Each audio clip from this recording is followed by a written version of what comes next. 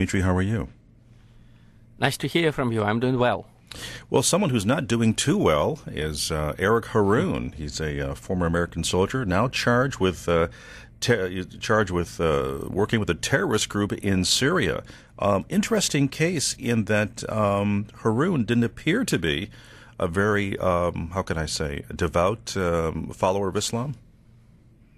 Well, that's true, but he is facing some very serious consequences for actually trying to bring about something that the United States government devoutly desires, namely the fall of the Syrian president Bashar al-Assad. So now he is facing a minimum sentence of 30 years and a maximum, the death penalty. Why?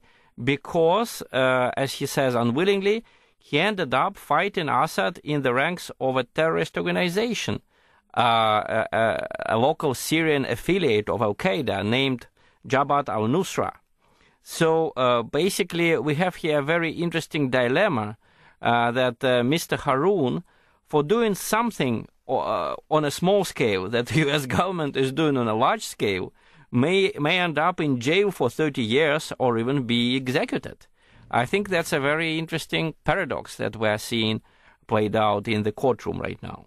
You have a point. Harroun is about 30 years old. He's a former member of the armed forces here for the States. He was a soldier between 2000 and 2003, but apparently he was working with the Syrian rebels purely as a volunteer.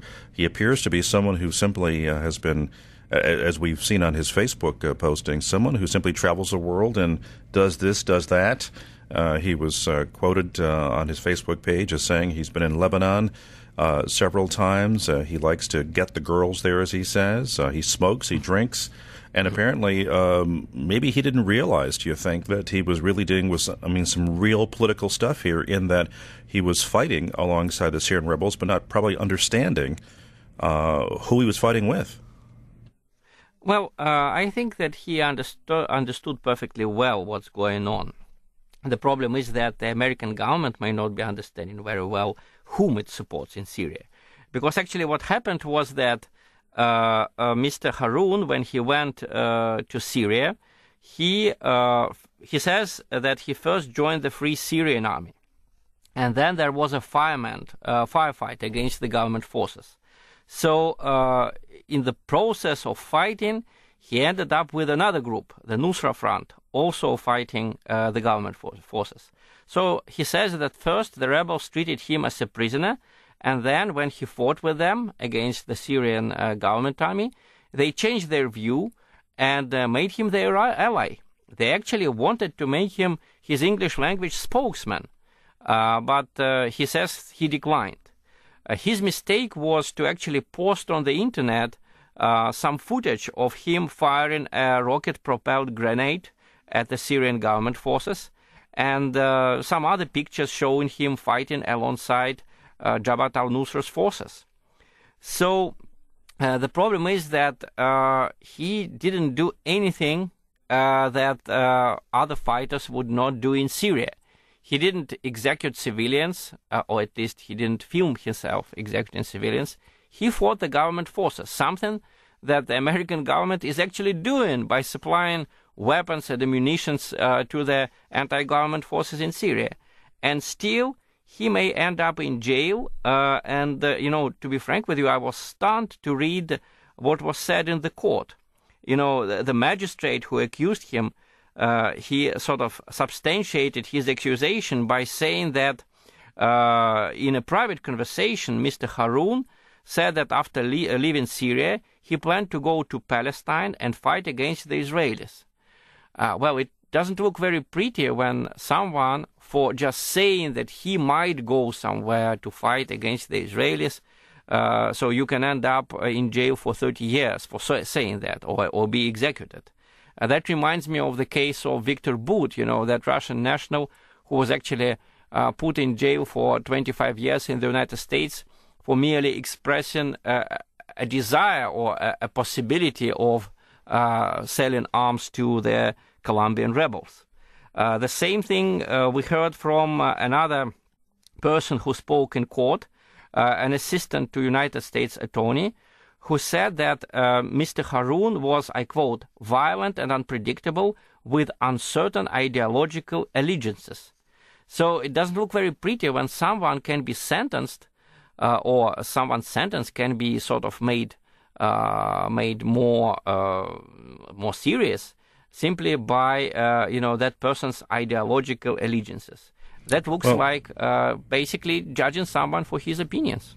The other issue is that, and I'm sure you've seen this portion that was written about, he is one of a growing number of people they refer to as war tourists.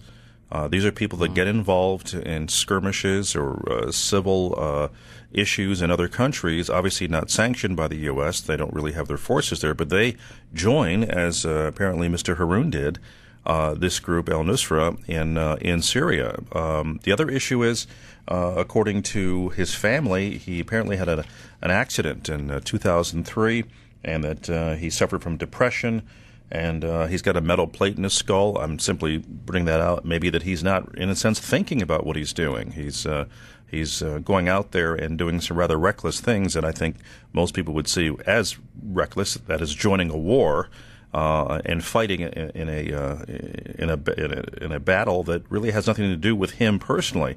So I think there's a lot of other issues involved in this. Plus, you bring up the point, what his own lawyer said, that it's a very unique case that the government's charging a U.S. citizen for fighting with a group that has the same interests as the U.S.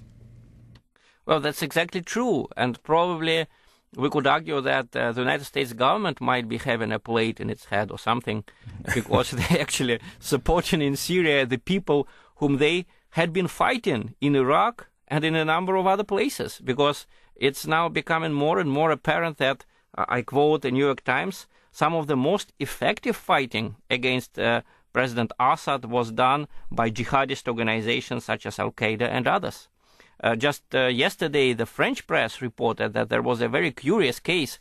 The French forces fighting Islamists in Mali found there a Tunisian national who was fighting there against the French, so he was taken prisoner, and they found in him the documents showing that originally he planned to go to Syria, and instead, because of a lack of money or for some other reason, he was instead dispatched to Mali.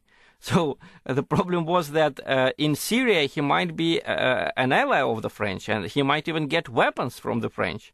And in Mali he is now facing very dire consequences for basically fighting for the same cause that he wanted to defend in Syria. And I mean, it's a very tricky case. It shows how ambiguous, to put it mildly, the American policy in Syria is. As for war tourists, people like that had existed on the planet Earth since the beginning of wars. There are always people who want to fight in other people's wars. Sometimes they are called mercenaries.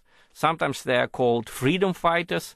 Unfortunately, during the 20th century, we failed to come to a common understanding of what is a freedom fighter and what is a mercenary. But somehow the international law says that you should not fight in other countries civil wars.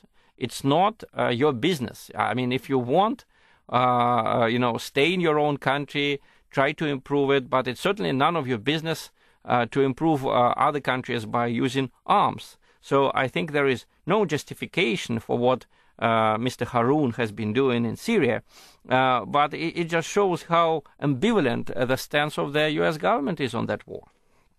And we have to also mention, too, that from the government side, they blocked his release from a prison here right outside of D.C. in Alexandria, Virginia, because part of his problem was that he may be violent and unpredictable, because he did also put a flag of the Hezbollah group out on his balcony, which, of course, disturbed some folks in the Tucson neighborhood that he was living in. So there's a lot of pieces to this story that aren't really coming together. And again, as you say, this is a very interesting story about foreign policy, individual beliefs, if they are that, and individuals' rights overseas and even here. So, as always, Dmitry, good to talk to you. We'll, of course, talk to you tomorrow.